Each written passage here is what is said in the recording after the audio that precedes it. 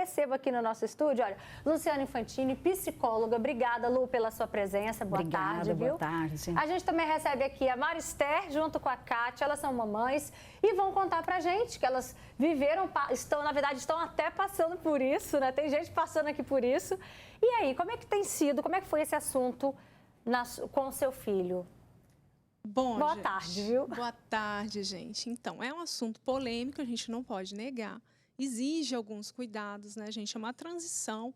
A gente tem que ter cuidado com a cabecinha ali daquela criança, daquele jovem que ainda não entende. No meu caso, eu preparei o terreno. Eu continuei falando de família. Meu filho continuou convivendo com família. Então, ele tinha referências de família. Então, portanto, quando eu apresentei o novo namorado, né, que hoje é meu esposo, para ele conseguiu assimilar um pouco mais. Qual a idade que ele tinha na época?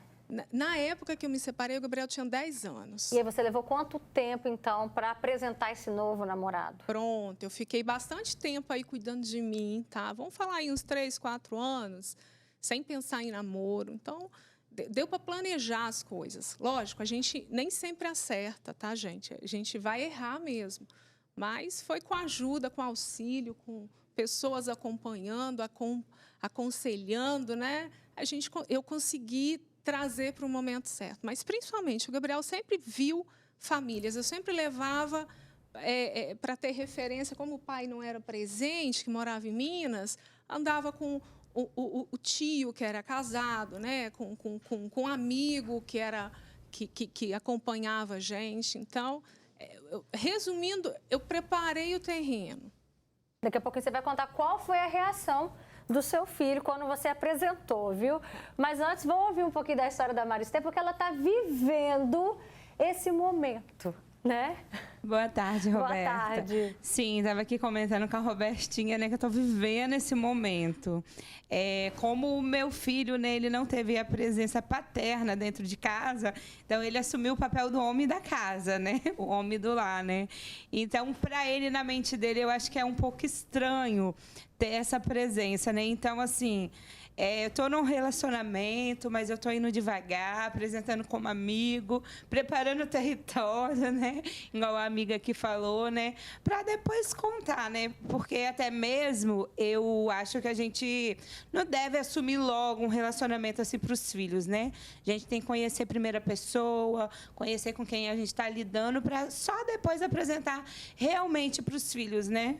Será que existe um tempo ideal, então, para isso? Eu convido você a mandar o seu comentário. São 2 horas e 53 minutos. Você que já viveu essa situação, está vivendo esse dilema, manda para a gente qual foi a sua postura, contou, abriu o jogo para os filhos ou esperou um pouquinho mais? Porque a Luciana Infantini já vai contar para a gente. Existe um tempo ideal para anunciar isso para a família, em especial as crianças? Tem sim, Roberta. Esse tempo, né, ele pode variar de pessoa para pessoa, não é um tempo definido, mas tem que se levar em consideração alguns fatores. Por exemplo, não pode ser seguido da ruptura, porque toda ruptura ela é muito traumática, então a criança tem que entender que aquela ruptura não vai colocar em risco a figura paterna e materna. Então, assim, se naquele momento ali de término ainda a criança estiver vivendo isso, aparecer outra pessoa, vai ser extremamente complicado, né?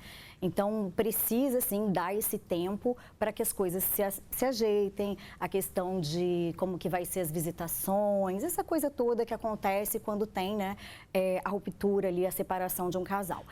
Passado isso também, é preciso considerar essa questão do engajamento no relacionamento mesmo, das afinidades, porque às vezes a pessoa fica apaixonada e vai lá, envolve os filhos e depois não dá certo. Então ela precisa, sim, sair daquele momento, né, de paixão, de ilusão ali e entender se de fato eles têm algo em comum, se tem planejamento próximo, porque não é mais um momento, eles não estão mais na adolescência, né? Depois que tem filho, já passou esse momento de paixão e tem que botar o pé no chão e falar assim, olha, realmente a gente tem algo em comum, a gente quer construir um futuro, quais os nossos planos. E aí, quando isso tiver mais sedimentado, né, vale a pena lembrar também a questão das idades, sabe, Roberta? Crianças até 8 anos, elas têm muito pouca noção, assim, dessas questões que estão acontecendo. Então, tem que ser um diálogo, né? dos pais muito claro e muito em cima, assim, da questão de família. Você não vai perder a sua família. Isso pode começar com alguma coisa assim, olha, a mamãe está conhecendo uma pessoa, ela parece ser bem legal. Também é importante que no encontro com essa outra pessoa não sobressaia a questão do romance, e sim a questão do relacionamento com a criança, aquela coisa mais de família, como você colocou, né? Então, esses cuidados a gente tem que ter. Na pré-adolescência, ali já é um outro tipo de conversa, né? Que é até mais complicado, porque a criança está numa transição, né? Entre a infância e a adolescência, mas ela já tem que ter um pouco mais de detalhes, ouvir, né? Tem que ouvir um pouco os medos, os temores desse menino de 12, dessa menina de 12, né? Nesse período da pré-adolescência, e ir fazendo aos poucos mesmo. E depois de adulto já é um pouco mais tranquilo, né, Roberta? Mas acho que assim, tem que observar todos esses fatores aí pra gente não errar. Perfeito, Quer dizer, Lu. errar menos, né? Porque como você falou, errar a gente vai errar. Ó, já tem gente participando aqui nos nossos comentários. Manda pra gente também a sua opinião sobre esse assunto. Boa tarde, eu sou a Patrícia. E de verdade, eu acho que não tem tempo certo. E sim, preparar os filhos para que eles entendam que você precisa seguir. Se houver relutância, use da paciência, do bom senso. E quando achar o momento oportuno, faz com que isso aconteça, né? Cada caso é um caso. Essa é a opinião da Patrícia. Outro relato aqui, a pessoa diz, não tem momento certo. Preparar o terreno é a melhor estratégia. Tem outro relato que chegou, eu tenho uma bebê de 2 anos e ela é especial. E mesmo assim, eu tenho cuidado de não apresentar ninguém para ela, assim, logo de cara. É preciso ter certeza primeiro. Também tem um comentário de uma mãe que falou o seguinte, eu fiquei 4 anos separada. Depois veio o falecimento do meu marido. Depois de 1 ano de viúva, eu arrumei uma pessoa, mas não deu certo. Meus filhos não aceitaram. Acho que deu a entender que não deu certo porque os filhos não aceitaram. Você chegou a sentir esse medo ao abrir o jogo para o seu filho? É Gabriel, né? Você falou? Não senti, mas o que aconteceu comigo foi uma coisa muito curiosa. E eu falo para as mamães aí que estão prestes, né, a entrar no novo relacionamento. Eu errei um pouco quando eu criei expectativa com relação a essa pessoa que estava vindo com o Gabriel. Então, muitas vezes, o filho, talvez ele vai até se adaptar, mas a gente, como mãe, trazendo esse novo companheiro, esse novo marido, esse novo namorado, a gente, às vezes, cria expectativa de que ele assuma realmente aquele papelzão de pai.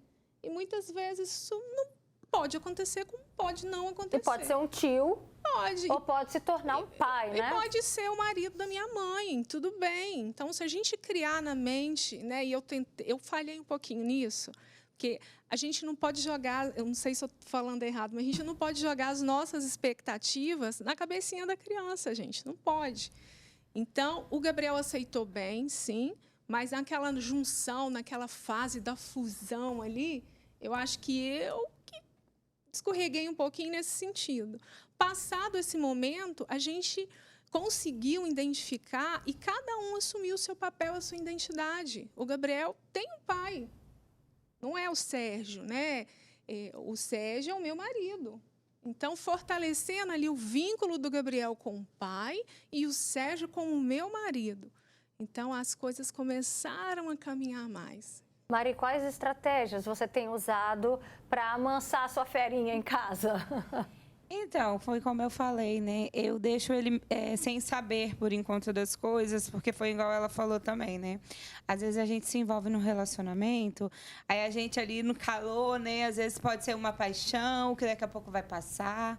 Então, eu sou mais assim, conhecer a pessoa realmente. Mas você já apresentou eles? Já apresentei. Como o seu amigo? Como meu amigo. E aí, Lu?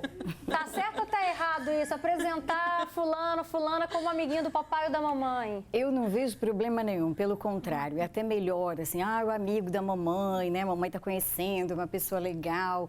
E aí, né, vai desarmando a criança. E lá na frente, quando tiver estabelecido uma relação, olha, a mamãe tá pensando em namorar, né? Eu não vejo problema nenhum. Acho que é uma boa forma, porque precisa ser essa aproximação bem leve, sabe, Roberta? Agora, eu queria fazer um comentário, Roberta, essas mamães aí, tanto as que estão participando quanto essas que estão aqui, são de parabéns, né? Ai, que bom, viu isso de você, né? Legal. Estão bem maduras, assim, entendendo que tem realmente um tempo, que tem que preparar o terreno. Estou gostando de ver, Roberta. Tirou nota 10 pela psicóloga, doutora, viu, minha gente? Doutorado ela tem, tá? certo, era só amigo.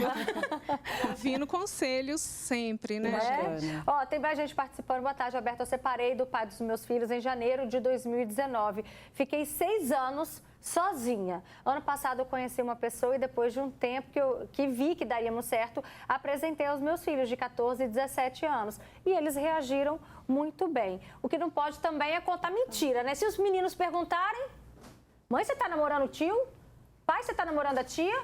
Se eles estão perguntando, eles já estão preparados para ouvir. Então, você pode responder. Então, se a Lu falou, tá falado. Lu, obrigada pela sua presença. Beta. Mari também. Dá um beijo nas crianças, tá bom, Kátia? Obrigada pela participação de vocês.